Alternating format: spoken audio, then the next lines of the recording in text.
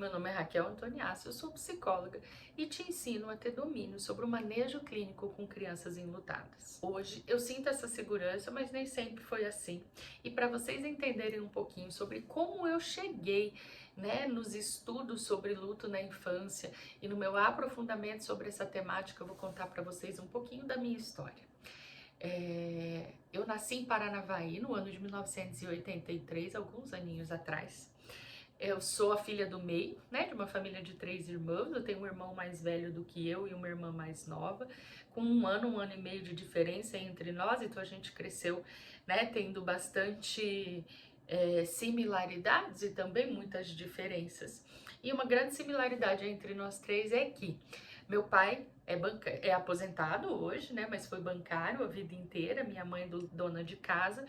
E pelo fato de meu pai ser bancário, a gente mudou muito de cidade ao longo de toda a nossa vida, né? Hoje, como psicóloga, tanto fazendo terapia quanto estudando, eu percebo que isso teve um impacto muito grande nas minhas escolhas profissionais, inclusive no estudo sobre luto na infância, porque isso fazia com que acontecesse o quê? Quando eu paro para fazer as contas, eu acho que eu morei em 11 a 12 cidades no Brasil ao longo de toda a minha vida. Ou seja, cada mudança, cada partezinha dessas me levava a perder os amigos que eu tinha para que eu pudesse estar num lugar novo, perder a escola onde eu estudava, criar novos vínculos, mudar minha rotina, mudar o meu quarto, mudar muitas coisas. Isso já foi me fazendo experimentar, obviamente, a experiência de alguns lutos, ao longo da minha infância. Então, a gente mudava muito de cidade. Isso fez com que o meu histórico escolar, se vocês olharem, é uma palhaçada, assim, porque ele tem cada ano uma escola diferente. Por um lado, hoje eu consigo construir um olhar sobre quantas pessoas eu conheci, quantos lugares eu conheci, quanta riqueza cultural eu pude trazer dessas experiências. Mas não foram experiências fáceis, né? Eu só parei de fazer mudança quando, no ano de 2000, eu passei no vestibular para psicologia, aqui em Maringá, na Universidade Estadual de Maringá, e entrei para o curso de graduação. Eu entrei para a faculdade de psicologia achando que eu queria ser igual ao meu pai, Porque ele é uma pessoa que eu admiro muito, ele é uma referência profissionalmente muito positiva para mim, porque meu pai sempre foi um cara muito trabalhador, um cara que é muito honesto, muito íntegro, muito esforçado, tão livrólatra quanto eu, Puxei esse hábito da leitura dele. E eu achava que eu ia trabalhar no banco, eu tinha esse sonho de trabalhar no Banco do Brasil, como meu pai trabalhou a vida inteira. Como eu descobri no ensino médio que eu não tinha muita afinidade para a área de exatas, mas sim para a área de humanas, eu falei, vou ter que dar um jeito de usar isso. Então, quando eu entrei para psicologia, eu achei que eu fosse trabalhar com RH, com gestão de pessoas e trabalhar em empresa. Inclusive, eu ouvia muito do meu pai isso, assim, olha, você pode depois prestar concurso para o banco e dentro do banco ir afunilando e levando a sua prática para trabalhar com isso. Quando eu entrei na faculdade, descobri que nada disso que eu achava era o que era de verdade para mim. Porque eu fui descobrindo outros prazeres, outros gostos, outras paixões. E uma delas foi a psicologia hospitalar. Quando eu estava no terceiro ano da faculdade, como eu sempre fui apaixonada por crianças, gostava muito, e ao longo do meu percurso da graduação, eu fui me interessando pelas psicologias, pelas disciplinas de psicologia do desenvolvimento, o atendimento de crianças, e já fui mudando a minha percepção de que eu gostaria de trabalhar com RH para a percepção de que eu gostaria de trabalhar com crianças. No terceiro ano da faculdade, eu fui fazer o curso de férias em psicologia hospitalar do Hospital Infantil Pequeno Príncipe, em Curitiba, que, aliás, hiper, ultra, mega indico, ele é um transformador de vidas, Mas eu fui fazer esse curso pensando que, na época eu não conhecia psicologia hospitalar, ainda era, uma especialidade que estava galgando o seu caminho, Acho que hoje essa especialidade é muito mais valorizada do que foi naquele momento. Mas eu fui fazer o curso porque era num hospital infantil, e na época eu lembro de pensar, pode ser que na minha clínica eu tenha que atender crianças que estejam adoecidas ou que tenham um familiar adoecido, e acho que esse conteúdo vai vir para me ajudar, vou fazer o curso. E fui, e me apaixonei pela psicologia hospitalar. Me apaixonei por aquele cenário, me apaixonei pelas infinitas possibilidades que trabalhar num contexto como o contexto hospitalar me trazia. E a partir dali, toda a minha graduação e formação, também fora, né, da graduação, voltaram-se para os estudos relacionados à psicologia da saúde hospitalar. Tanto que, quando eu saí, minha primeira especialização foi a minha especialização em Psicologia da Saúde Hospitalar pelas faculdades Pequeno Príncipe, que foi também maravilhosa, super indico, e que me trouxeram, aí entra o contato com o tema da morte e o morrer. Quando a gente estuda psicologia hospitalar, automaticamente a gente vai ter que estudar temáticas relacionadas à morte. E eu simplesmente me apaixonei. Na minha graduação eu não tinha tido absolutamente nada sobre isso. Eu lembro que eu tive um curso de tanatologia em algum momento da graduação, mas um curso assim muito breve, e que nesse curso não se citava nada, por exemplo, sobre luto na infância. Então eu saí da graduação assim estudando zero sobre luto, né? Tinha esse curso de extensão em tanatologia, que é o estudo sobre temas relacionados à morte e ao morrer, mas não tinha aprofundamento, muito menos aprofundamento nas questões relacionadas a luto na infância. Na minha especialização, né, eu comecei a aprofundar um pouco mais, e ainda assim pouquíssimos estudos relacionados ao luto na infância, e ainda estudos com olhares teóricos sobre o processo de morte e o morrer que não são coerentes com a forma como a gente estuda hoje, né? Naquele momento, a teoria que a gente estudava muito era a teoria dos estágios da morte para Elizabeth Kubler-Ross, que foi uma grande estudiosa que trouxe, né, a temática aí à tona, mas que hoje a gente sabe que tem teorias que falam, né, de uma maneira diferente e que criticam muito, inclusive, esse olhar para enxergar o processo de morte, o lidar com o processo de luto como fases, mas isso a gente vai ficar para outro momento e vamos discutir em outro momento, e eu vou apresentar todas as teorias sobre o luto para vocês. Mas contando que foi aí que começou o meu contato com essa temática. Logo que eu me formei, eu fui trabalhar como psicóloga num hospital aqui de Maringá.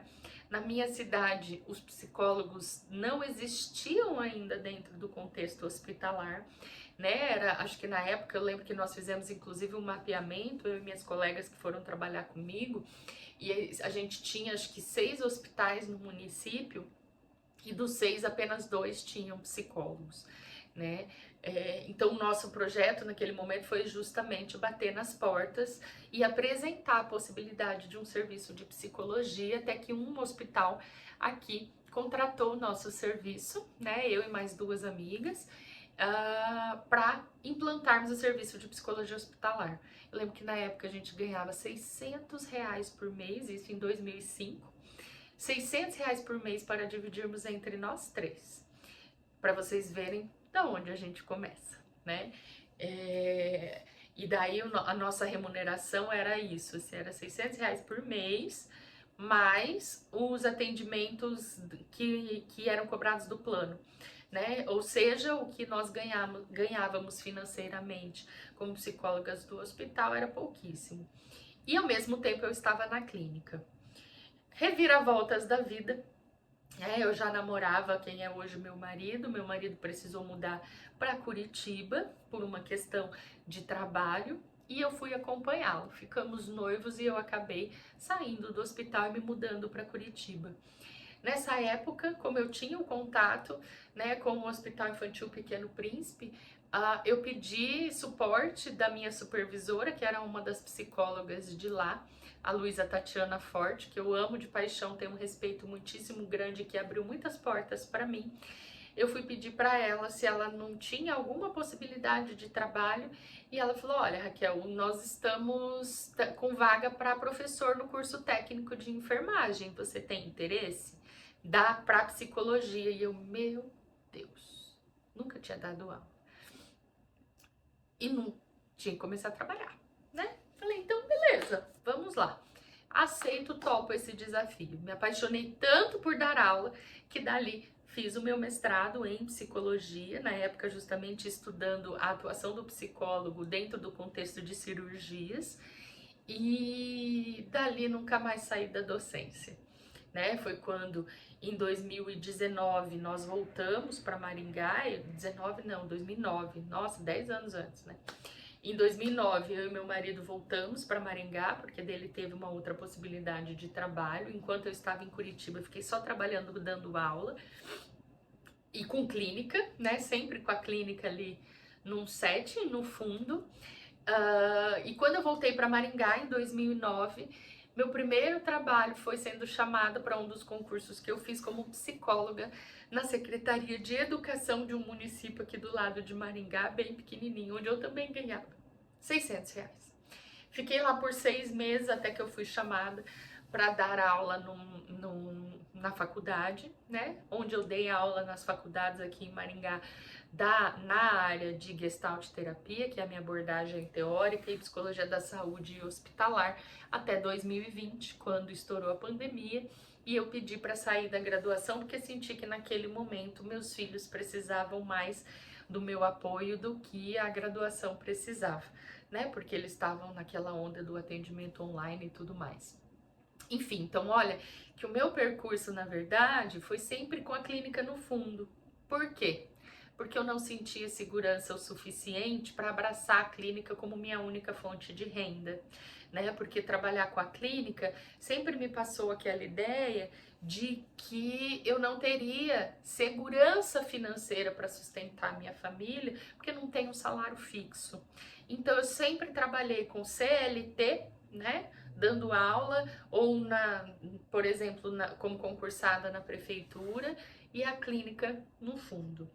Até em 2014 eu entrei também como psicóloga na Secretaria Municipal de Saúde de Maringá. E ali foi o maior divisor de águas da minha vida.